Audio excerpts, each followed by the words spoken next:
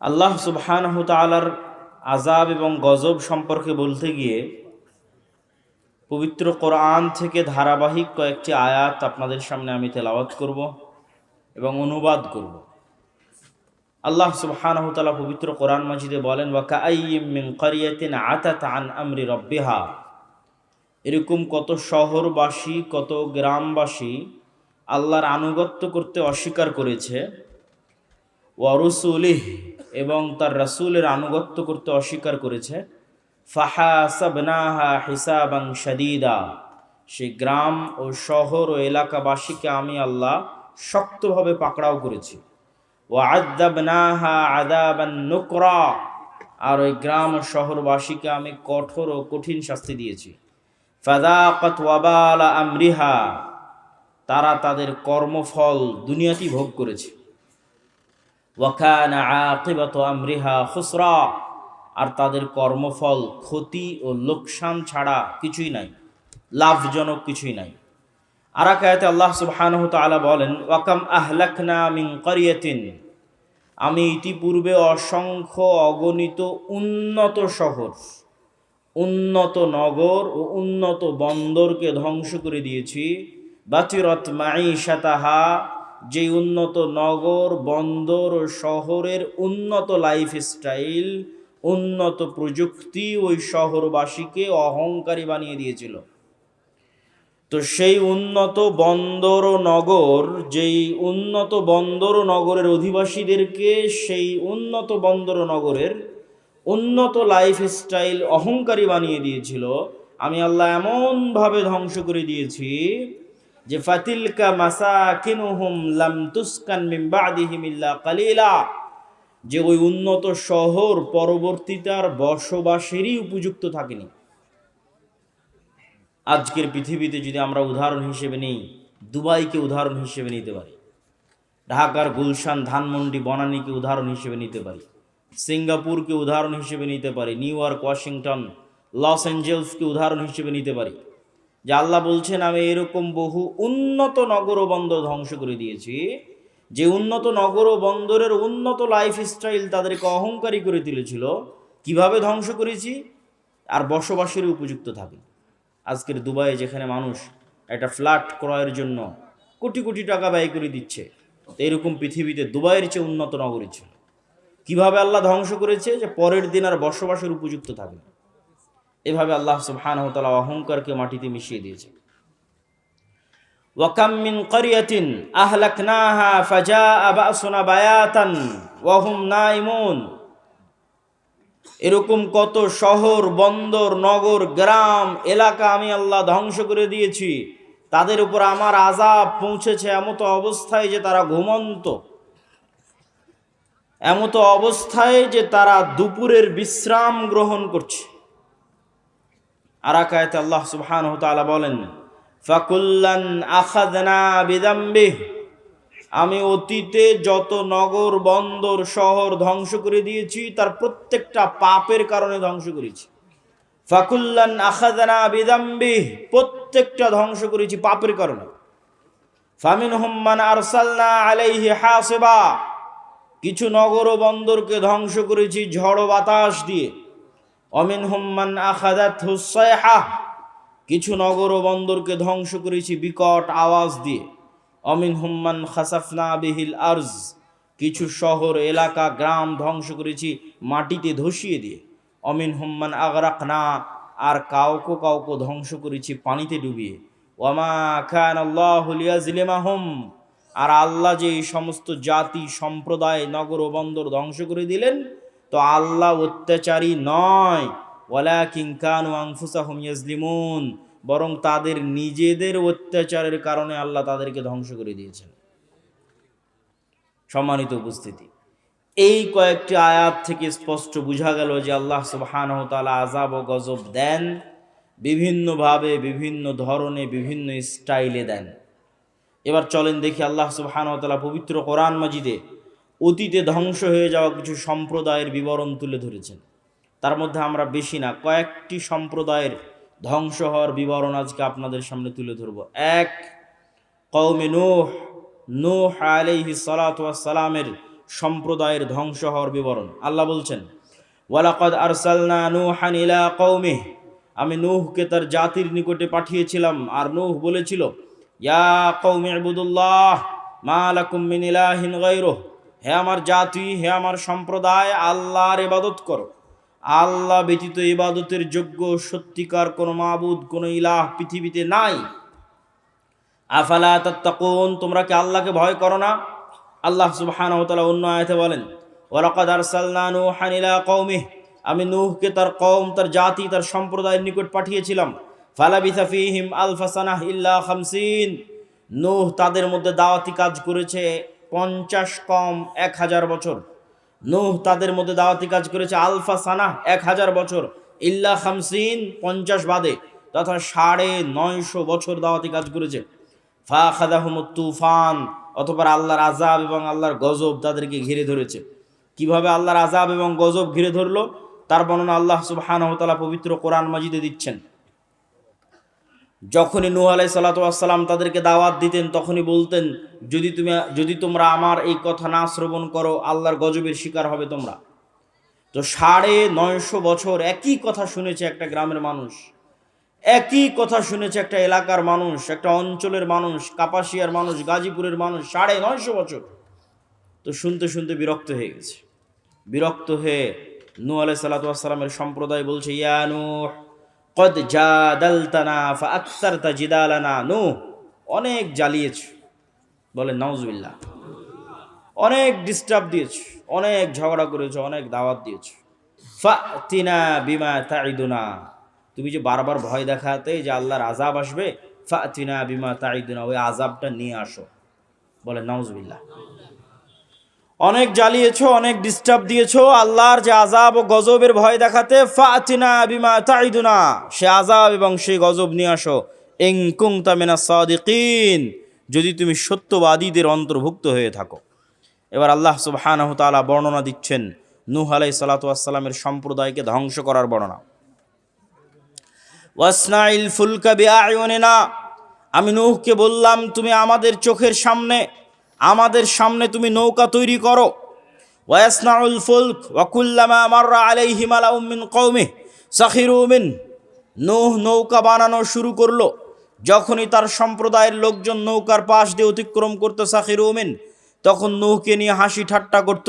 আল্লাহ উত্তরে বলছেন, ফাইন্না নাসখারু মিনকুম কামা তাসখারুন, আজকে তোমরা নূহকে নিয়ে যেমন হাসি ঠাট্টা করছো, আমি আল্লাহ তোমাদেরকে নিয়েও হাসি ঠাট্টা করবো। ফাসাউফা তা'লামুন মান ইয়াতিহি আযাবুন ইউখজিহ, সেই দিন তোমরা বুঝতে পারবে আল্লাহর আযাব কিভাবে আসে, আল্লাহর আযাব কাকে বলে।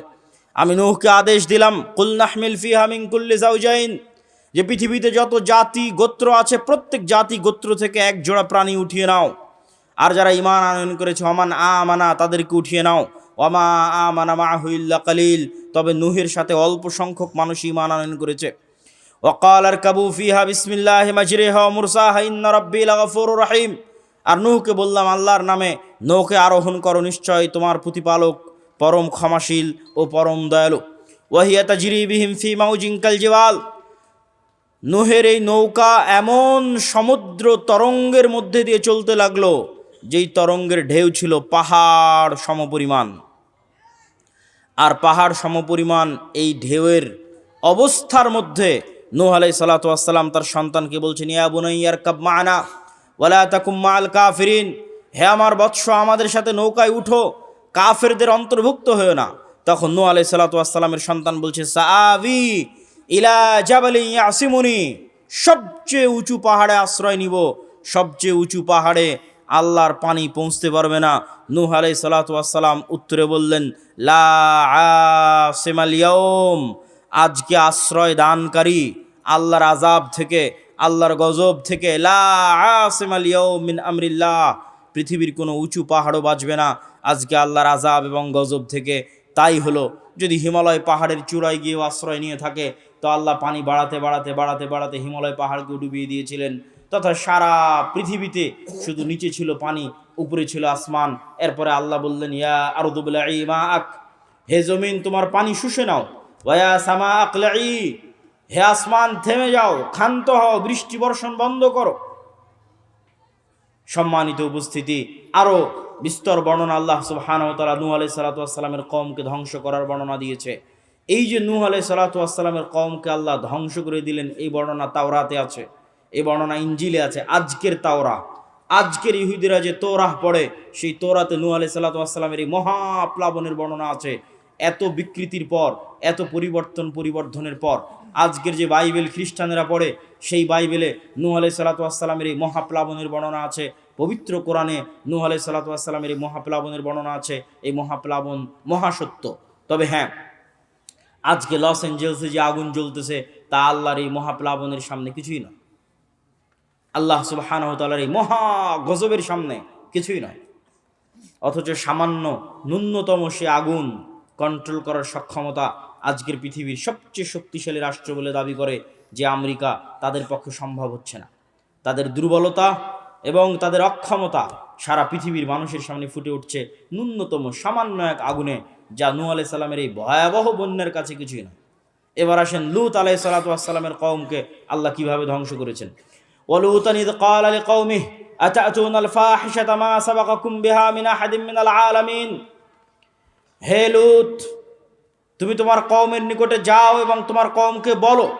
আর লূত তার কওমের নিকটে গেল এবং বলল, আতা'তুনাল ফাহিশাতা, তোমরা কি ওই অশ্লীলতায় লিপ্ত হচ্ছ যেই অশ্লীলতা পৃথিবীতে কোনো জাতি ইতিপূর্বে করেনি, সেই অশ্লীলতায় তোমরা লিপ্ত হয়েছ। এই অশ্লীলতা থেকে বের হয়ে আসো, এই অশ্লীলতা পরিত্যাগ করো। সে অশ্লীলতা ছিল সমকামিতার অশ্লীলতা। সম্মানিত উপস্থিতি, লূত আলাইহিস সালাতু ওয়াস সালাম যখন এই দাওয়াত তাদেরকে প্রদান করলো, তখন তারা লূত আলাইহিস সালাতু ওয়াস সালামকে কি উত্তর দিয়েছিল জানেন? ফামা কানা জওয়াবা কওমি ইল্লা আন ক্বালু আখরিজু আলা লূতিন মিন ক্বরিয়াতিকুম ইন্নাহুম উনাসুন ইয়াতাতাহহারুন। লূত, তুমি যখন এতই পবিত্র, লূত তুমি যখন এতই পবিত্র আর আমরা যখন এতই অপবিত্র, আমাদের সাথে তোমার থাকার দরকার নাই। তুমি আমাদের এলাকা, আমাদের গ্রাম ছেড়ে বেরিয়ে পড়ো, আমাদের গ্রাম থেকে বেরিয়ে যাও। যদি তুমি তোমার দাওয়াতি কাজ বন্ধ না করো, আমরা তোমাকে আমাদের গ্রাম, আমাদের এলাকা ছাড়তে বাধ্য করব। আল্লাহর আযাব এবং আল্লাহর গজব আসার সময় হয়ে গেল। আল্লাহর আযাব এবং গজব আসার যখন সময় হলো, আল্লাহ ফেরেশতা পাঠালেন। ফেরেশতা গেল মেহমান হিসেবে ইব্রাহিম আলাইহিস সালাতু ওয়াস সালামের নিকটে। ধারাবাহিক আল্লাহ সুবহানাহু ওয়া তাআলা এই ঘটনা পবিত্র কোরআনে বর্ণনা করেছেন। ফেরেশতা যখন ইব্রাহিম আলাইহিস সালাতু ওয়াস সালামের নিকটে গেল, তখন ইব্রাহিম আলাইহিস সালাতু ওয়াস সালাম ভয় পেয়ে গেলেন। ফেরেশতারা বলছে, ভয়ের কোনো কারণ নাই। ইন্না নুবাশশিরুকা বিগুলামিন, আমরা আপনাকে এক সৎ সুসন্তানের সুসংবাদ দিতে এসেছি আর ধ্বংসের বার্তা নিয়ে এসেছি কওমে লূতের জন্য। ইব্রাহিম আলাইহিস সালাতু ওয়াস সালাম আশ্চর্য হয়ে বললেন, সেখানে যে লূত আছে, তোমরা ধ্বংসের বার্তা নিয়ে এসেছো কওমে লূতের জন্য, কিন্তু সেখানে যে লূত আছে আলাইহিস সালাতু ওয়াস সালাম, তখন ফেরেশতারা বললেন, তাকে উদ্ধার করে নেওয়া হবে, তাকে বাঁচিয়ে নেওয়া হবে। এই ফেরেশতা দলই মেহমান হিসেবে লূত আলাইহিস সালাতু ওয়াস সালামের নিকটে গিয়ে উপস্থিত হলো। লূত আলাইহিস সালাতু ওয়াস সালাম প্রথমে বুঝতে পারেননি যে তারা আল্লাহ সুবহানাহু ওয়া তাআলার মেহমান, তারা আল্লাহ সুবহানাহু ওয়া তাআলার ফেরেশতা, এটা তিনি বুঝতে পারেননি। তো ফেরেশতাগণ যখন লূত আলাইহিস সালাতু ওয়াস সালামের দরবারে গেছে, তখন সুন্দর, সুদর্শন, কিশোর, যুবক বয়সের, পূর্ব মুহূর্তের বয়সের আকৃতি ধারণ করে গেছে।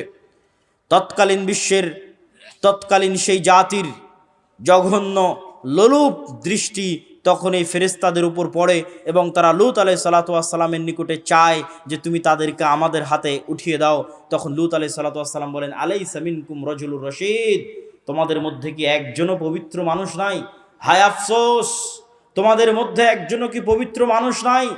আমি ইলা রুকনিন শাদীদ, আমি মহাশক্তিশালী আল্লাহর আশ্রয় প্রার্থনা করছি। তোমাদের সামনে, তোমাদের মাধ্যমে আজ আমার মেহমানেরা অপমানিত হবে। এই অপমান হওয়া থেকে আমি আল্লাহর দরবারে আশ্রয় প্রার্থনা করছি। যখন লূত আলাইহিস সালাতু ওয়াস সালামকে এরকম চিন্তিত দেখলেন ফেরেশতারা, তখন ফেরেশতারা বললেন, ইয়া লূত ইন্না রাসূলু রাব্বিক, আরে আমরা তো আপনার প্রতিপালকের পক্ষ থেকে পাঠানো ফেরেশতা।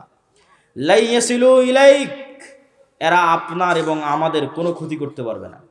ফাআসরি বিআহলিক বিকিতইম মিনাল লাইল, রাত শেষ হওয়ার পূর্বেই আপনার পরিবার নিয়ে, মুমিনদের নিয়ে এই এলাকা ত্যাগ করেন।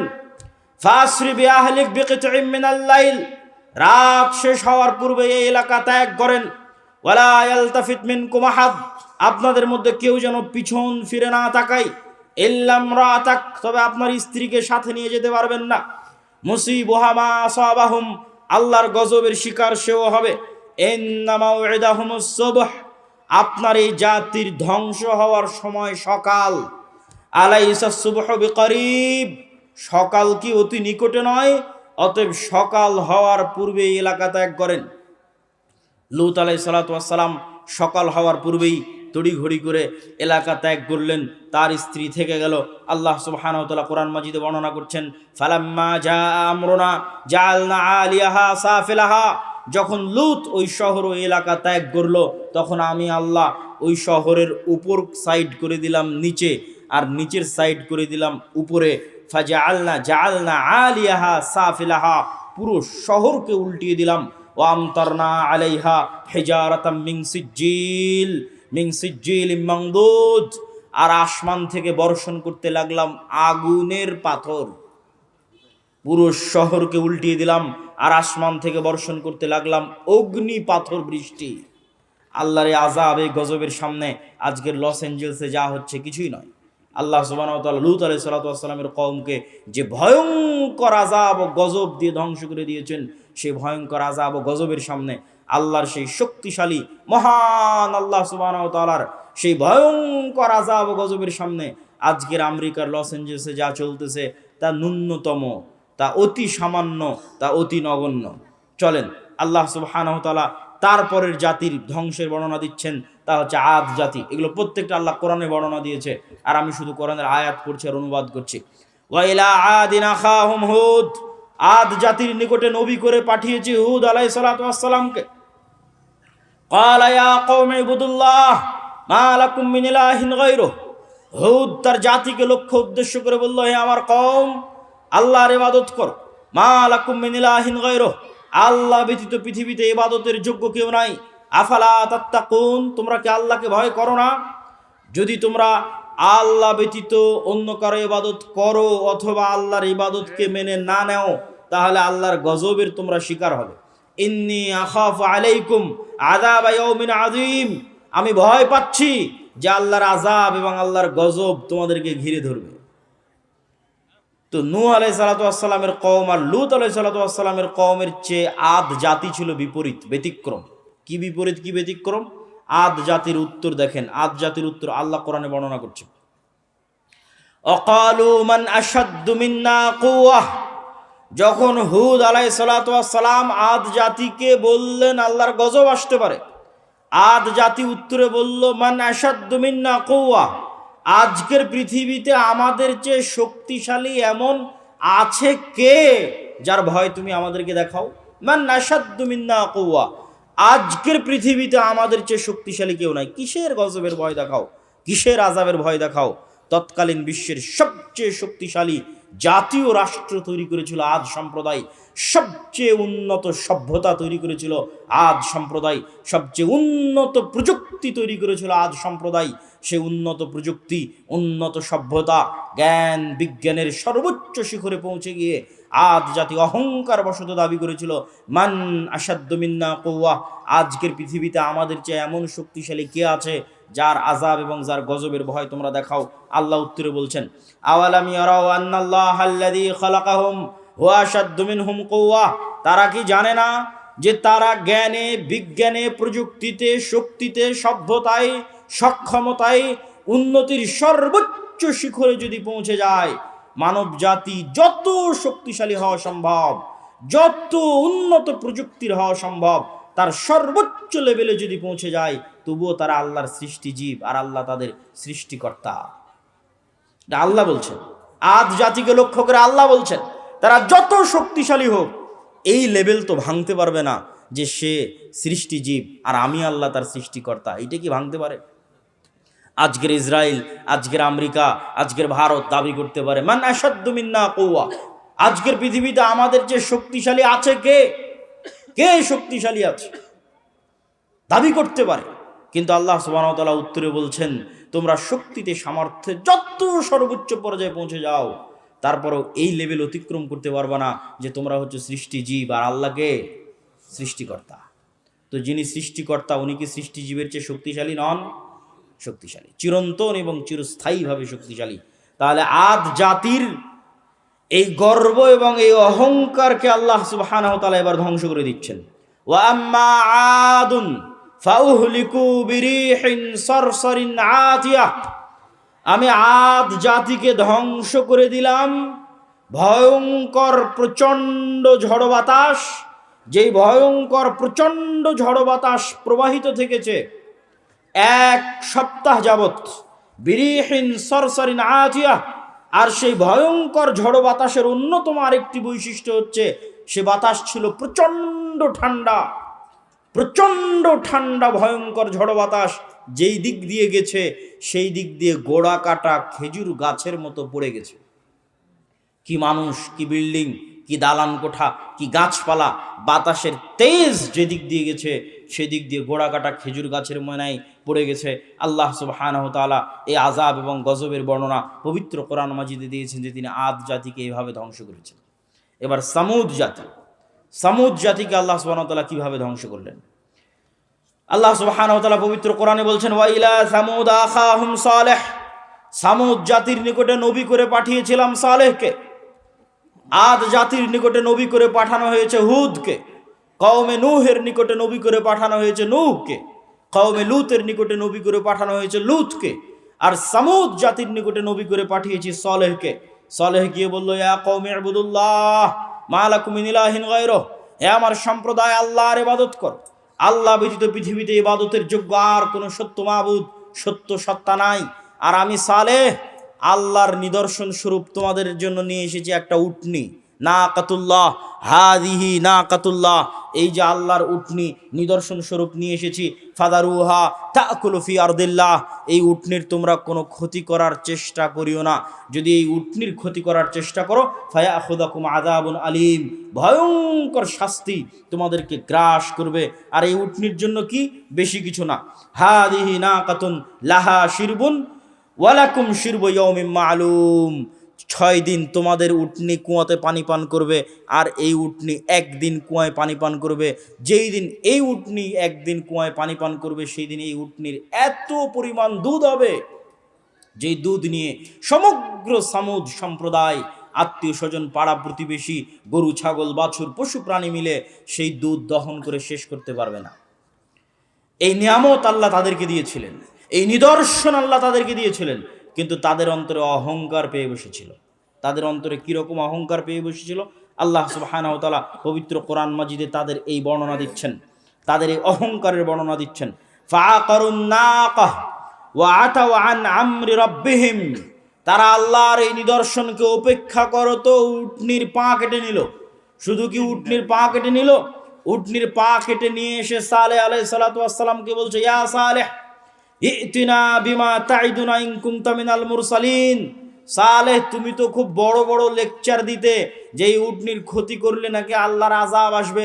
নেও, তোমার উটনির পা কেটে দিয়েছে, আল্লাহর আযাব কোথায় নিয়ে আসো। বলেন নাউজুবিল্লাহ। আল্লাহর আযাব তারা নিজেদের জন্য চেয়ে নিল, পরীক্ষায় ফেল করলো। এবার আল্লাহ সুবহানাহু ওয়া তাআলা তাদের আযাবের বর্ণনা দিচ্ছেন পবিত্র কোরআন মাজিদে, যে আল্লাহ সুবহানাহু ওয়া তাআলা তাদেরকে কিভাবে ধ্বংস করেছেন। আল্লাহ সুবহানাহু ওয়া তাআলা তাদেরকে ধ্বংসের বর্ণনা দিতে গিয়ে বলেন, ফাআখাযাতহুমুর রাজফা ফাআসবাহু ফি দারিহিম জাসিমিন, আমি সামুদ সম্প্রদায়কে ধ্বংস করেছি বিকট আওয়াজ দিয়ে। কি ভয়ঙ্কর বিকট আওয়াজ! এমন ভয়ঙ্কর বিকট আওয়াজ যে ফাআখাযাতহুমুর রাজফা, এমন ভয়ঙ্কর বিকট আওয়াজ যে ফাআসবাহু ফি দারিহিম জাসিমিন, যে যে অবস্থায় ছিল ওই অবস্থায় থেকে গেছে, কিন্তু মারা গেছে। যে যে অবস্থায় ছিল, কেউ হয়তো 1 কাপ চা মুখে নিয়ে চায়ের পেয়ালা কাছে ধরেছিল, এই সময় ভয়ঙ্কর বিকট আওয়াজ চলে এসেছে, চায়ের পেয়ালা ওভাবে ধরেই থেকে গেছে, পৃথিবী থেকে বিদায় নিয়ে চলে গেছে ভয়ঙ্কর বিকট আওয়াজে। কেউ হয়তো দৌড়াচ্ছিল, দৌড়ানো অবস্থায় থেকে গেছে, কেউ বসা ছিল, বসা অবস্থায় থেকে গেছে। যে যে অবস্থায় ছিল, লা তাতাহাররাকুল আজসাদ, পুরো একটা জাতি একদিনে 1 সেকেন্ডে 1 বিকট আওয়াজে স্থির অবস্থায় পৃথিবী থেকে ধ্বংস হয়ে গেছে। আল্লাহ বর্ণনা দিচ্ছেন পবিত্র কোরআন মাজিদে এই সামুদ জাতির ধ্বংসের বর্ণনা। আদ জাতির ধ্বংসের বর্ণনার সাথে আজকের আমেরিকার লস এঞ্জেলসে যা চলতেছে কিছুই না, ন্যূনতম, অতি নগণ্য। অথচ এই অতি নগণ্য, অতি দুর্বল আল্লাহর শাস্তি, আল্লাহর আযাব বর্তমান পৃথিবীর সবচেয়ে শক্তিশালী রাষ্ট্র ট্যাকেল দিতে পারছে না। যদি নূহ আলাইহিস সালাতু ওয়াস সালামের মতো আযাব আসে, যদি কওমে লূতের মতো আযাব আসে, যদি আদ জাতির মতো আযাব আসে, যদি সমুদ জাতির মতো আযাব আসে, তাহলে আল্লাহ সুবহানাহু ওয়া তাআলার আযাব এবং এই শাস্তি থেকে বাঁচতে পারবে এরকম কোনো শহর, বন্দর, নগর পৃথিবীতে নাই। এবং এটার চ্যালেঞ্জ আল্লাহ পবিত্র কোরআন মাজিদে দিয়েছেন। আল্লাহ বলছেন, আফা আমিনা আহলুল কুরা আইয়াতিয়াহুম বাসুনা বায়াতাম ওয়া হুম নাইমুন। শহর ও গ্রামবাসী, বন্দরবাসী কি নিজেকে নিরাপদ মনে করে নিয়েছে যে আর আল্লাহর আযাব আসবে না? এখন অত্যাধুনিক প্রযুক্তি, তাই বৃষ্টি কখন হবে জানা যায়, ঝড় কখন হবে জানা যায়, ভূমিকম্প কখন হবে জানা যায়। সকল আশ্রয় কেন্দ্র আছে, পুনর্বাসন কেন্দ্র আছে, ফায়ার সার্ভিস আছে। এরকম উন্নত প্রযুক্তির যুগে, কম্পিউটার, মোবাইল, বিজ্ঞান, ক্যামেরার যুগে, ওয়েবসাইট, গুগল, সব কিছুর যুগে, চ্যাট জিপিটির যুগে মানুষকে মনে করে নিয়েছে যে আল্লাহর আযাব আর আসবে না। আফা আমিনা আহলুল কুরা ইয়াতিয়াহুম বাসুনা বায়াতাম ওয়া হুম নাইমুন। শহর, বন্দর, নগরবাসী, পৃথিবীর উন্নত থেকে উন্নত শহরবাসী, New York, Washington, London, Dubai, Singapore, ঢাকার মানুষ কি মনে করে নিয়েছে আল্লাহর আযাব আসবে না? এমতো অবস্থায় যে তারা ঘুমন্ত, এমতো অবস্থায় যে তারা দুপুরের পর বিশ্রাম নিচ্ছে, এমতো অবস্থায় যে তারা খেল তামাশায় মত্ত, এমতো অবস্থায় তাদের কাছে আল্লাহর আযাব আসবে না, এই নিশ্চিত, এই গ্যারেন্টি, এই নিশ্চয়তা তাদেরকে কে দিল? সম্মানিত উপস্থিতি, আল্লাহ সুবহানাহু ওয়া তাআলা পবিত্র কোরআন সারমর্ম এই সামারি বলার মাধ্যমে আপনাদের সামনে এতটুকুই, বক্তব্যের এই প্রথম অংশে এতটুকু তুলে ধরতে চেয়েছি যে আল্লাহর আযাব এবং আল্লাহর গজব থেকে পৃথিবীতে কেউ মুক্ত নয়। আল্লাহর আযাব এবং গজবের ভয়ে থাকতে হবে। বক্তব্যের দ্বিতীয় অংশ হচ্ছে ইসলামের সামগ্রিক বিজয় কিভাবে সম্ভব।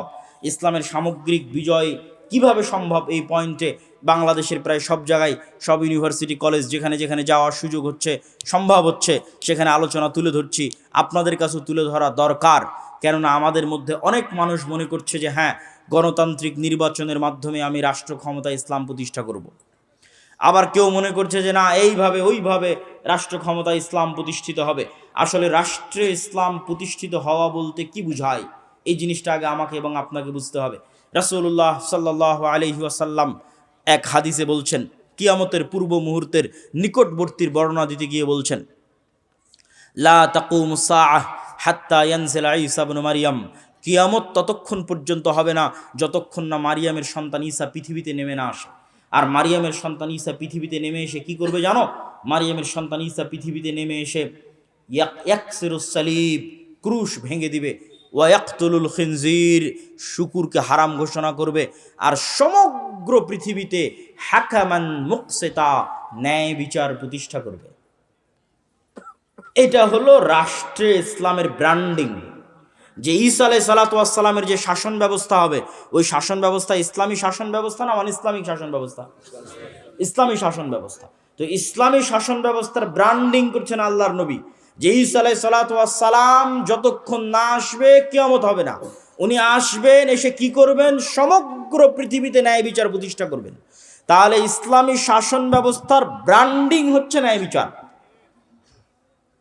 ইসলামী শাসন ব্যবস্থার ব্র্যান্ডিং হচ্ছে ন্যায়পরায়ণতা। তো আজকের যুগের আমরা মুসলমানেরা নিজেরাই তো ন্যায়পরায়ণ নই, সত্যবাদী নই, তো রাষ্ট্রে কিভাবে ন্যায় বিচার প্রতিষ্ঠা করব? ঈসা আলাইহিস সালাম যদি তার নিজের ব্যক্তিগত জীবনে ন্যায়পরায়ণ না হয়, উনি কি রাষ্ট্রের ন্যায় বিচার প্রতিষ্ঠা করতে পারবে? আপনাকে আমি উদাহরণ দিয়ে বলি, কাপাসিয়া, টোক, গাজীপুরের মানুষ খুব ভালোভাবে জানেন। আপনি আপনার পাড়া প্রতিবেশী, আশেপাশের অঞ্চল, কি হানাফি কি আহলে হাদিস, একটু নজর দিয়ে দেখেন, নজর বুলিয়ে দেখেন যে বাবার মৃত্যুর পর কতজন ভাই তার বোনকে পিতার সম্পত্তিতে ন্যায্য হিস্সা ন্যায়ের সাথে, ন্যায় পরায়ণতার সাথে বুঝিয়ে দিয়েছে, ন্যায়ের সাথে। একে তো আছে দেয়নি, আর এক দল আছে যদি দিয়ে থাকে তাহলে সবচেয়ে দামি জমিটা নিজে নিয়েছে, আর বিলের মধ্যে পানিতে ডুবে থাকা জমিটা বোনকে দিয়েছে। এটা কি ন্যায় হয়েছে? ন্যায় হয়নি, অন্যায় হয়েছে। এবার বলেন, এই মুসলমান, যেই মুসলমান নিজেকে মুসলিম বলে দাবি করছে, সে ন্যূনতম তার পরিবারে তার রক্তের সম্পর্কের বোনকে আল্লাহর দেওয়া সম্পত্তি ন্যায়ের সাথে বুঝিয়ে দিতে পারেনি। ওই মুসলমানকে যদি আমি আজকে রাষ্ট্রের দায়িত্ব দিই, 16 বছর যা দুর্নীতি হয়েছে ও তার কয়েক গুণ বেশি দুর্নীতি হয়েছে। 16 বছর যা জুলুম হয়েছে ও তার চেয়ে বেশি জুলুম করবে। কেননা সে তার পরিবারে তার বোনের সাথে ন্যায় প্রতিষ্ঠা করতে পারেনি। কেমনে সম্ভব যে সে রাষ্ট্রের দায়িত্ব বলে রাষ্ট্রের ন্যায় বিচার প্রতিষ্ঠা করবে? উদাহরণ 2, আপনাদের এই কাপাসিয়া, টোক, গাজীপুর অঞ্চলের মানুষ মিলিয়ে দেখেন, এরকম অসংখ্য জায়গায় বিবাহ হচ্ছে যেখানে মুসলিম মেয়ের বিবাহ হচ্ছে যৌতুকের ভিত্তিতে। যৌতুক নিচ্ছে কে? মুসলমান যৌতুক নিচ্ছে। মুসলিম সন্তান, মুসলিম যুবক, মুসলিম পিতা যৌতুক নিচ্ছে। বিবাহে উপস্থিত আছে হাজি, নামাজি, আলেম, আলহাজ, ওমরাকারী, দানবীর, কাজী, এমন কে নাই যে বিবাহে উপস্থিত নাই? সবাই মুসলমান, সবাই আল্লাহওয়ালা, সবার দাড়ি টুপি আছে। সবার চোখের সামনে একটা মেয়ের সাথে এবং একটা মেয়ের পরিবারের সাথে অন্যায় হচ্ছে। কি হচ্ছে? কথা বলেন না কেন? কি হচ্ছে? অন্যায় হচ্ছে। আপনি নিশ্চিত থাকেন, এই যে যুবক তার স্ত্রীর কাছে যৌতুক নিয়েছে, এই যে ছেলের পরিবার যে ওই মেয়ের পরিবারের থেকে যৌতুক নিয়েছে, আর ওই বিবাহে যত মুসলমান উপস্থিত হয়েছে, এদেরকে আজ এখন যদি রাষ্ট্রের দায়িত্ব দেওয়া হয়, তো গত 16 বছর যা দুর্নীতি হয়েছে আর একদিনে তার চেয়ে বেশি দুর্নীতি করবে। তাহলে কিভাবে আপনি বলবেন যে ইসলাম রাষ্ট্র ক্ষমতায় প্রতিষ্ঠিত হবে? এই সমস্ত মুসলমানদের দিয়ে, যারা অন্যায়কারী, মিথ্যুক, দুর্নীতিবাজ, তাদের দিয়ে ইসলাম প্রতিষ্ঠিত হবে রাষ্ট্রে? অসম্ভব, অসম্ভব। ইসলামের ব্র্যান্ডিংই হচ্ছে ন্যায় বিচার প্রতিষ্ঠা। তো ন্যায় বিচার প্রতিষ্ঠা করতে হলে আগে আপনাকে ন্যায়পরায়ণ হতে হবে। এবং ন্যায়পরায়ণ হওয়ার গুরুত্ব, তাৎপর্য কোরআন এবং হাদিসে কত বেশি! রাসূলুল্লাহ সাল্লাল্লাহু আলাইহি ওয়াসাল্লাম বলছেন, সাবআতু ইউদিল্লুহুমুল্লাহ ইয়াওমা লা দিল্লা ইল্লা দিল্লুহ। 7 শ্রেণীর মানুষকে কঠিন কিয়ামতের মাঠে বিশেষ ছায়া দেওয়া হবে। তার 1 নম্বরে কোনো নামাজি, হাজি, তাহাজ্জুদ গুজার, দানবীরকে স্থান দেওয়া হয়নি। স্থান দেওয়া হয়েছে ইমামুন আদিল, ন্যায়পরায়ণ, দায়িত্বশীলকে স্থান দেওয়া হয়েছে। ন্যায়পরায়ণতা বড় কঠিন জিনিস, বড় ভয়ঙ্কর জিনিস। রাসূলুল্লাহ সাল্লাল্লাহু আলাইহি ওয়াসাল্লাম সন্তানদের মধ্যে আদর করতেও ন্যায় প্রতিষ্ঠা করতে বলেছেন। আল্লাহ সুবহানাহু ওয়া তাআলা বিবাহ করতে গিয়ে স্ত্রীর উপর ন্যায় প্রতিষ্ঠা করতে বলেছেন। ন্যায় নিশ্চিত না করতে পারলে অতিরিক্ত বিবাহ করতে নিষেধ করেছেন। আল্লাহ সুবহানাহু ওয়া তাআলা ন্যায়ের আদেশ দিতে গিয়ে বলেন, ইন্নাল্লাহা ইয়া'মুরুকুম বিল আদল। আল্লাহ তোমাদেরকে ন্যায়ের আদেশ দিচ্ছে। আল্লাহ ন্যায়ের আদেশ দিতে গিয়ে বলেন, ওয়ালা ইয়াজরিমান্নাকুম শানআনু কওমিন আলা আল্লাহ তা'দিলু। দুনিয়ার মানুষ, দুনিয়ার মুসলমানেরা, মুমিনেরা জেনে রাখো, কোনো জাতি, কোনো গোত্র, কোনো সম্প্রদায়ের প্রতি তোমার অন্তরে যে রাগ, ক্ষোভ, বিদ্বেষ লুকিয়ে আছে, এটা যেন তার প্রতি ন্যায় আচরণ করতে তোমাকে বাধা না দেয়। এটাই তাকওয়া। ন্যায়পরায়ণ হওয়াই তাকওয়া। কেননা আল্লাহ নিজে ন্যায়পরায়ণ। পৃথিবীতে যত নবী রাসূল পাঠিয়েছেন সব ন্যায়পরায়ণ। আর আপনি মুসলমানদের বাড়ি, ঘর, রাষ্ট্র, পরিবার, ফ্যামিলি, ইসলামী দল, ইসলামী আন্দোলন, ইসলামী সংগঠন, মসজিদ, মাদ্রাসা, যেখানে যাবেন বাহ্যিক রিচুয়ালস আছে, বাহ্যিক আনুষ্ঠানিকতা আছে, নাই তো কি নাই? ন্যায় নাই। ইসলামী দলের আমির ওই কর্মীকেই পদ দিয়ে রেখেছে যে বেশি চামচামি করে, আর ওই কর্মীকে দল থেকে বের করে দিয়েছে যে বেশি কর্মঠ হয়ে কাজ করে। তো ওই আমির তো তার দলই ন্যায় প্রতিষ্ঠা করতে পারেন, ও রাষ্ট্রে কিসের ন্যায় প্রতিষ্ঠা করবে? মাদ্রাসার পরিচালক, মসজিদের সভাপতি, তার মসজিদের ইমাম, মুয়াজ্জিন, খাদেম, মাদ্রাসার স্টাফ, দায়িত্বশীল, তাদের প্রতি ন্যায় প্রতিষ্ঠা করতে পারেনি, তো রাষ্ট্রে কিসের ন্যায় প্রতিষ্ঠা করবে? নামাজ আছে, বাহ্যিক আনুষ্ঠানিকতা আছে, কিন্তু নেতা হওয়া যায় না এগুলো দিয়ে। নেতা হতে হলে ন্যায়পরায়ণতা লাগে, নেতা হতে হলে সত্যবাদিতা লাগে। আজকের মুসলমানদের চারিত্রিক অধপতন, মিথ্যা এবং অন্যায়ের দিক থেকে মুসলমানদের চারিত্রিক অধপতন আজ থেকে 1400 বছর পূর্বের মক্কার কাফের মুশরিক কুরাইশদের চাইতে নিম্ন অবস্থায় আছে। আমি বাড়িয়ে বলিনি, দলিল সহ বলতেছি, আজকের মুসলমানদের ব্যক্তিত্ব আবু সুফিয়ান, কাফের মুশরিক অবস্থায় আবু সুফিয়ানের যে ব্যক্তিত্ব ছিল তার চেয়ে নিকৃষ্ট অবস্থায় আছে। আজকের মুসলমানদের ব্যক্তিত্ব আল্লাহর নবীর চাচা আবু তালেবের কাফের মুশরিক অবস্থায় যে ব্যক্তিত্ব, যে শাখসিয়া, যে পার্সোনালিটি, যে ন্যায়পরায়ণতা, যে সত্যবাদিতার উপর প্রতিষ্ঠিত ছিল তার চেয়ে নিম্ন অবস্থায় আছে। আবু সুফিয়ান যখন কাফের অবস্থায়, তখন বাদশাহ হিরাক্লিয়াস আবু সুফিয়ানকে জিজ্ঞেস করছে জেরুজালেমে বসে।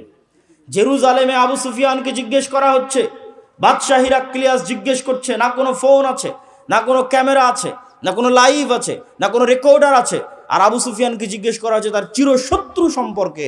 অথচ আবু সুফিয়ান একটা কথা তার শত্রু মুহাম্মদ সাল্লাল্লাহু আলাইহি ওয়াসাল্লাম সম্পর্কে মিথ্যা কথা সেই দিন বাদশাহ হিরাক্লিয়াসের দরবারে দাঁড়িয়ে বলেনি। আজকে আপনি আপনার বাংলাদেশের যে কোনো রাজনৈতিক নেতাকে তার বিপরীত রাজনৈতিক দলের নেতা সম্পর্কে জিজ্ঞেস করে দেখেন, যা বলবে 16 আনাই মিথ্যা। কেননা এই গণতান্ত্রিক রাজনীতি টিকেই আছে মিথ্যার উপর। এখানে মিথ্যুক না হলে আপনি রাজনীতি করতে পারবেন না, আর মিথ্যুক কখনো নেতা হতে পারে না। নেতৃত্বের গুণ মুসলমানদের ওখানেই হারিয়ে গেছে। আমেরিকা, ইউরোপ গিয়ে দেখেন মুসলমানেরা কাফের মুশরিকের কাছে মিথ্যা বলছে 2 টাকা বেশি পাওয়ার জন্য, মিথ্যার উপর প্রতিষ্ঠিত হয়ে আছে। রূপগঞ্জের মানুষকে দেখেছি গত নির্বাচনের সময় যে সব এমপির কাছ থেকে টাকা নিয়ে বলেছে তাকে ভোট দিবে। মিথ্যুক। মুসলমানদের বেসিক যে গুণ, সেই গুণ তারা হারিয়ে ফেলেছে। কেমনে তারা নেতা হবে, কেমনে তারা কল্পনা করে যে ইসলামকে তারা রাষ্ট্র ক্ষমতায় প্রতিষ্ঠিত করবে, কেমনে, কোন দিক থেকে, কোন সেন্সে?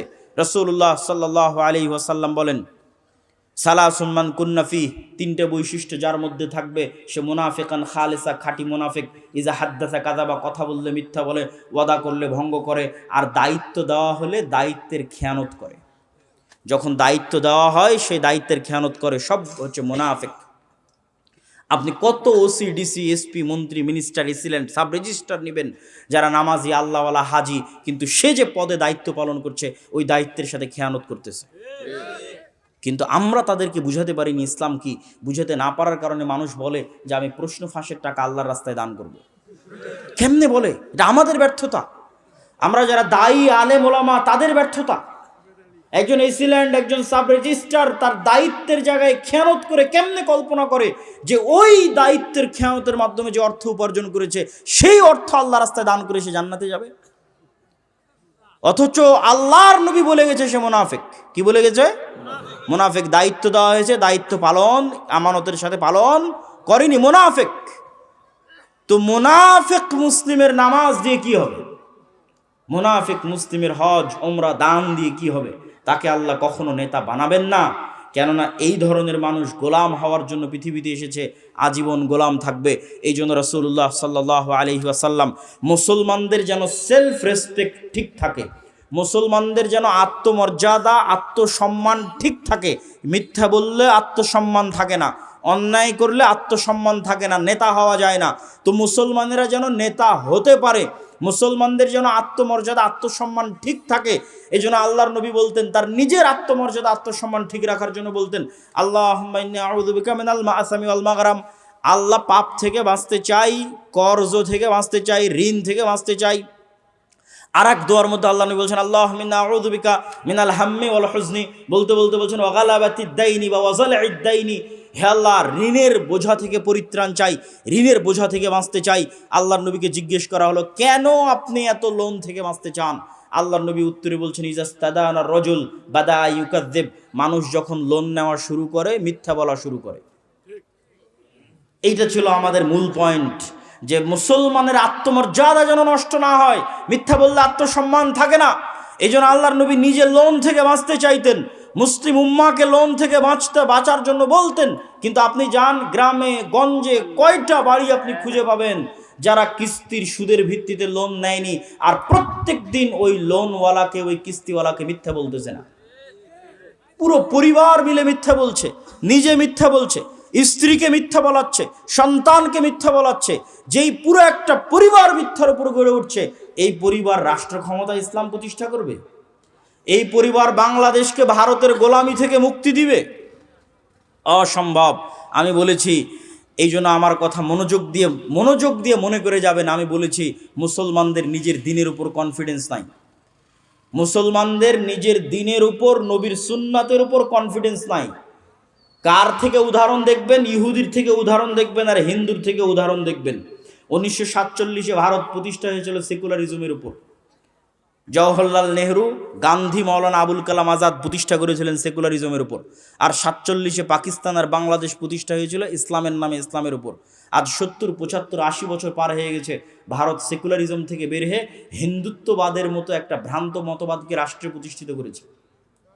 আর মুসলমানেরা পাকিস্তান আর বাংলাদেশের মতো মুসলিম রাষ্ট্ররা পাল্লা দিচ্ছে পৃথিবীকে দেখানোর জন্য, দেখো আমি কত বড় সেকুলার, আমি কত বড় ধর্মবিদ্বেষী দেখে যাও আমাকে, কত বড় সেকুলার আমাকে চিনে যাও, যে আমাকে একটু দাম দাও, মূল্যায়ন করো। আজকের বাংলাদেশের মুসলমানেরা ভারতের যে ঘটনাগুলো আছে সেগুলো নিয়ে ট্রল করে, যুবকরা ট্রল করে ফেসবুক ইউটিউব, বলে তাদের টয়লেট নাই বা উমুক নাই তুমুক নাই, বা তারা গোমূত্র পান করে ইত্যাদি নিয়ে ট্রল করে। আমার কথা হচ্ছে, ও যদি গোমূত্রও পান করে তো গোমূত্রের মতো একটা ভ্রান্ত জিনিসের উপর তার কনফিডেন্স কোন লেভেলের, যে ওইটাকে রাষ্ট্র পর্যন্ত নিয়ে চলে গেছে। তুমি তোমার নবীর কয়টা সুন্নাত তোমার জীবনে, তোমার পরিবারে, তোমার সমাজে, তোমার রাষ্ট্রে বাস্তবায়ন করেছো? তুমি কত বড় মরদ দেখাও। হিন্দুরা মরদ, ভারতের হিন্দুরা মরদ, তাই হিন্দুত্ববাদকে রাষ্ট্রে প্রতিষ্ঠিত করেছে। তুমি কোন লজ্জায় তাকে নিয়ে ট্রল করো? তুমি যদি তাকে নিয়ে ট্রল করতে চাও তো তোমার নবীর সুন্নাতকে তোমার জীবনে বাস্তবায়ন করে দেখাও, যে হ্যাঁ আমি পুরুষ, আমি কাপুরুষ না, আমি সাহসী বীর পুরুষ, আমারও আমার নবীর দিনের সুন্নাতের উপর কনফিডেন্স আছে, আত্মবিশ্বাস আছে। লন্ডন শহরে জরিপ চালান, কয়টা ইহুদির মুখে দাঁড়িয়ে আছে আর কয়টা মুসলমানের মুখে দাঁড়িয়ে আছে। মুসলমানের তার নবীর সুন্নাতের উপর আত্মবিশ্বাস কতটুকু, আর ইহুদির তার নবীর সুন্নাতের উপর আত্মবিশ্বাস কতটুকু, জরিপ চালান। আত্মবিশ্বাস বিক্রি করে দিয়ে, আত্মমর্যাদা বিক্রি করে দিয়ে কখনো আপনি মুক্তি পাবেন না, গোলামি থেকে মুক্তি পাবেন না। আপনাকে নিজের নবীর সুন্নাতের উপর কঠোর থেকে কঠোর আস্থাভাজন হতে হবে, আত্মবিশ্বাসী হতে হবে, দৃঢ় সংকল্প হতে হবে, ন্যায়পরায়ণ হতে হবে, সত্যবাদী হতে হবে, তবে আপনি নেতা হতে পারবেন। অটোমেটিক আপনার মতো মানুষকে দিয়ে আল্লাহ রাষ্ট্র ক্ষমতা ইসলাম প্রতিষ্ঠা করে দিবে, জোর করা লাগবে না, আল্লাহর দয়ায় প্রতিষ্ঠিত হয়ে যাবেন। আর যদি ন্যায় না থাকে, সত্য না থাকে, নিজের নবীর দ্বীনের উপর কনফিডেন্স না থাকে, কম্প্রোমাইজ করার মানসিকতা থাকে, তাহলে যতই বক্তব্য দেন, অন্তত আপনার মতো মানুষকে দিয়ে আল্লাহর ঠেকা পড়ে নিজের রাষ্ট্রে ইসলাম প্রতিষ্ঠা করতে হবে, দিয়ে ইসলামকে কলঙ্কিত করতে হবে। বিকৃত ইসলাম প্রতিষ্ঠা করে, কম্প্রোমাইজড ইসলাম প্রতিষ্ঠা করে ইসলামকে কলঙ্কিত করতে হবে, এই ঠেকা আল্লাহ সুবহানাহু ওয়া তাআলার পড়েনি। সম্মানিত উপস্থিতি, বক্তব্য আমি দীর্ঘায়িত করতে চাই না। বক্তব্যের এই পর্যায়ে এসে আপনাদের সাথে কয়েকটি জরুরি গুরুত্বপূর্ণ কথার 1 নম্বর জরুরি গুরুত্বপূর্ণ কথা হচ্ছে, আগামী 13-14 ফেব্রুয়ারি কি আছে বলতে পারবেন? আগামী 13-14 ফেব্রুয়ারি আপনাদের এখান থেকে খুবই নিকটে এখনও জামিয়া সালাফিয়া রূপগঞ্জ নারায়ণগঞ্জে মদিনা ইসলামী বিশ্ববিদ্যালয়ের একজন প্রফেসর অবস্থান করছেন, ছাত্রদেরকে দার্স দিচ্ছেন। আল জামিয়া সালাফিয়া বাংলাদেশের মাটিতে এমন এক ব্যতিক্রম প্রতিষ্ঠান যেখানে সবসময় বিদেশি শিক্ষক অবস্থান করে, ভারত, পাকিস্তান, সৌদি আরব সব দেশের শিক্ষক মণ্ডলী সবসময় অবস্থান করে। এরকম এক ব্যতিক্রম শিক্ষা প্রতিষ্ঠানের নাম জামিয়া সালাফিয়া। আগামী 13-14 ফেব্রুয়ারি পাকিস্তানের আহলে হাদিসদের সিংহপুরুষ আল্লামা ইহসান ইলাহি জহির রাহিমাহুল্লাহ, আল্লামা ইহসান ইলাহি জহির রাহিমাহুল্লাহর সন্তান আল্লামা ইবতিসাম ইলাহি জহির রাহিমাহুল্লাহ আপনাদের জামিয়া সালাফিয়াতে আসতেছে। আপনাদেরকে ব্যাপক উপস্থিতির মাধ্যমে তাকে স্বাগতম জানাতে হবে, বলেন ইনশাআল্লাহ। আপনাদের স্বতঃস্ফূর্ত অংশগ্রহণের উদাত্ত আহ্বান। 2, আদ-দাওয়া ইলাল্লাহর মাধ্যমে মসজিদ ভিত্তিক দিন শিক্ষা। আপনাদের এই অঞ্চলে প্রায় 19-20 থেকে 30টা আহলে হাদিস মসজিদ আছে। এই মসজিদগুলোতে মক্তব চলে কিনা, মক্তব চললে ভালোভাবে চলে কিনা, শিক্ষকের ট্রেনিং আছে কিনা, সিলেবাসের বাস্তবায়ন আছে কিনা, কেউ খোঁজ খবর নেয় কিনা, একদিন একটু বসে আপনাদের মসজিদের ইমামদেরকে আল জামিয়া সালাফিয়া ডাঙ্গিপাড়া পবা রাজশাহীতে পাঠান। কোনো যাতায়াত খরচ দিতে হবে না, কোনো থাকা খাওয়া খরচ দিতে হবে না, কোনো ট্রেনিং ফি দিতে হবে না। ওই ইমামের এখান থেকে রাজশাহী যাওয়ার খরচও আর দাওয়া ইলাল্লাহ দিবে, জামিয়া সালাফিয়া দিবে। আবার 10 দিন ব্যাপী ওখানে থাকবে, খাবে, ট্রেনিং দিবে, তার সকল ব্যবস্থাপনা জামিয়া সালাফিয়া দাওয়া ইলাল্লাহ করবে। আবার ওখান থেকে রওনা দিয়ে আপনার কাপাসিয়া টোক গাজীপুরে আসবে, সেটার যাতায়াত খরচও তার হাতে দিয়ে হবে। আবার মক্তবে যে সিলেবাসটা বাস্তবায়ন করবে, সেই বইটা পর্যন্ত কত ছাত্র সংখ্যা মক্তবে উপস্থিত আছে তার উপর ভিত্তি করে সম্পূর্ণরূপে ফ্রি দেওয়া হবে। এই ব্যবস্থাপনা নিয়ে আমরা অপেক্ষা করছি। আপনি যদি না যান তাহলে এর জবাব আপনি দিবেন আল্লাহর দরবারে, আমরা আল্লাহ সুবহানাহু ওয়া তাআলার দরবারে দিব না। আমরা বিশ্বাস করি শুধু মাদ্রাসা প্রতিষ্ঠা করে 2% মুসলমানকে দিন শেখানো সম্ভব, আর মসজিদগুলোকে শক্তিশালী প্রতিষ্ঠান বানিয়ে 100% মুসলমানকে দিন শেখানো সম্ভব। অতএব মসজিদগুলোকে আর দাওয়া ইলাল্লাহর সাথে সম্পৃক্ত করেন। সকল ব্যবস্থাপনা নিয়ে আমরা বসে আছি। আপনাকে এক ধাপ একটু এগিয়ে আসতে হবে, আপনাকে এক ধাপ একটু উদার হতে হবে। 3, মাসিক আল ইতিসাম। যদিও আজকে কোনো বই পুস্তক কিছুই নিয়ে আসেনি, তারপরেও আপনাদের সামনে বলে যাই, বাংলাদেশের এক ব্যতিক্রম পত্রিকা যার ফতোয়া এই বিদেশি আলেম ওলামাদের উপস্থিতিতে, দেশি আলেম ওলামাদের উপস্থিতিতে, শায়েখ আব্দুর রাজ্জাক বিন ইউসুফের উপস্থিতিতে লেখা হয়, পর্যালোচনা পরিচালনা করা হয়, সেই ফতোয়া আপনাদের কাছে আসে। আমি নিয়মিত লিখি, সম্পাদকীয় লেখা আছে। এই মাসের সম্পাদকীয় আছে দামেস্ক বিজয়ের উপর, যে দামেস্কের ঘটনা কিছুক্ষণ আগেই বললাম, যে ঈসা আলাইহিস সালাতু ওয়াস সালাম বললেন যে তিনি যতক্ষণ কিয়ামত হবে না, যতদিন ঈসা আলাইহিস সালাম না আসবে, তো এসে কি করবে? ক্রুশ ভেঙে দিবে। কেন ক্রুশ ভাঙবে? ঘটনা পড়ে দেখেন মাসিক আল ইতিসামে কেন ক্রুশ ভাঙবে। ক্রুশ ভাঙবে এই জন্য যে তৎকালীন পৃথিবীতে মুসলমান আর রোমান খ্রিস্টানদের একটা চুক্তি হবে। 1 মিনিট, বেশি সময় নিব না, অধৈর্য হওয়ার কিছু নয়, আপনাদের চেয়ে বেশি দূরে আমরা যাব। তৎকালীন যুগে মুসলমান আর রোমান খ্রিস্টানদের একটা চুক্তি হবে। চুক্তি হয়ে তারা কমন শত্রুর বিরুদ্ধে যুদ্ধ করবে। কমন শত্রুর বিরুদ্ধে যুদ্ধ করে মুসলমান আর খ্রিস্টানরা বিজয়ী হয়ে যাবে। বিজয় মিছিল যখন বের হবে তখন এক খ্রিস্টান ক্রুশ উঁচিয়ে ধরে বলবে এই ক্রুশের কারণে বিজয় হয়েছে, বলেন নাউজুবিল্লাহ। তখন ওখানে উপস্থিত এক মুসলমানের ঈমান জেগে যাবে, সে তখন লাফ দিয়ে উঠে ক্রুশ ভেঙে দিয়ে বলবে আল্লাহর কারণে বিজয় হয়েছে। যখন ক্রুশ ভেঙে দিবে তখন এবার খ্রিস্টান আর মুসলমানের দোস্তি ছিল, দোস্তি শেষ। একদিকে রোমান খ্রিস্টান আর একদিকে মুসলমান। আল্লাহর নবী বলছে ওই দিন 80টা পতাকার অধীনে খ্রিস্টানরা একত্রিত হবে, যার এক একটা পতাকার অধীনে 12,000 করে সৈন্যবাহিনী থাকবে, তথা প্রায় 10 লক্ষ সেনাবাহিনীর সমাহার করবে খ্রিস্টানেরা। আর মুসলমানদের সেই দিন হেডকোয়ার্টার হবে দামেস্ক। আজকের মুজাহিদরা যে দামেস্ক বিজয় করলো সেই দামেস্ক সেই দিন হবে মুসলমানদের হেডকোয়ার্টার। আল্লাহ নবী বলছেন পৃথিবীর ইতিহাসে এত ভয়ঙ্কর এত ভয়াবহ যুদ্ধ আগে কোনোদিন হয়নি, পরেও কোনোদিন হবে না। এত ভয়ঙ্কর ভয়াবহ যুদ্ধ, কোনো বংশে যদি 100 মানুষ থাকে 99 মারা যাবে, একটা বেঁচে থাকবে। পাখি যদি 1 মাস আকাশে উড়ে তাহলে লাশ ছাড়া আর কিছু পাবে না, তখন খাদ্যদ্রব্যের অভাবে ওভাবেই পড়ে মারা যাবে, শুধু লাশ আর লাশ। রাসূল সাল্লাল্লাহু আলাইহি ওয়াসাল্লাম বলছেন সেই দিন আমার উম্মত 3 ভাগে বিভক্ত হয়ে যাবে। একদল উম্মত যুদ্ধের মাঠ ছেড়ে পালিয়ে যাবে, বলেন নাউজুবিল্লাহ। যারা যুদ্ধের মাঠ থেকে পালিয়ে যাবে তাদের তওবা আর কোনোদিন কবুল করা হবে না। অন্য তওবার অন্য গুনাহের ক্ষমা আছে, কিন্তু ওই যুদ্ধের মাঠ থেকে যারা পালাবে ওদের ক্ষমা নেই। 2, আরেক দল শহীদ হয়ে যাবে, এরা পৃথিবীর সর্বশ্রেষ্ঠ শহীদ, আল্লাহু আকবার। আর এক দলকে আল্লাহ বিজয় দান করবে খ্রিস্টানদের উপর, এরা কিয়ামত পর্যন্ত আর কোনোদিন ফিতনায় পতিত হবে না। এদের মাধ্যমেই ঈসা আলাইহিস সালাতু ওয়াস সালাম আসবেন, ইমাম মাহদি আসবেন, তাদের মাধ্যমেই দাজ্জালের পতন হবে। তো এই যে ঘটনাগুলো, এই চমৎকার ঘটনাগুলো, তো ওই যেটা বলতেছিলাম কেন উনি ক্রুশ ভাঙবেন, ঈসা আলাইহিস সালাতু ওয়াস সালাম এসে, মুসলমান আর খ্রিস্টানদের যুদ্ধই তো হলো ক্রুশ ভাঙাকে কেন্দ্র করে। এই যুদ্ধে বিজয়ের পর মুসলমানেরা তাদের তরবারি তাদের রাইফেল তাদের গুলি যখন গাছের সাথে ঝুলিয়ে রাখবে, তখন শয়তান বলবে তোমাদের বাড়িতে দাজ্জাল প্রবেশ করে গেছে। তাড়াহুড়ো করে সেই রাইফেল সেই তরবারি নিয়ে দৌড়ে যখন দামেস্ক শহরে ফিরে আসবে, দেখবে না দাজ্জাল এখন আসেনি, তবে দাজ্জাল আসার সময় হয়ে গেছে। তখনই ঈসা আলাইহিস সালাতু ওয়াস সালাম 2 জন ফেরেশতার কাঁধে ভর দিয়ে দামেস্কের মসজিদে অবতরণ করবেন। এই যে সমসাময়িক বিভিন্ন গুরুত্বপূর্ণ বিষয়ে মাসিক আল ইতিসামে আপনারা লেখা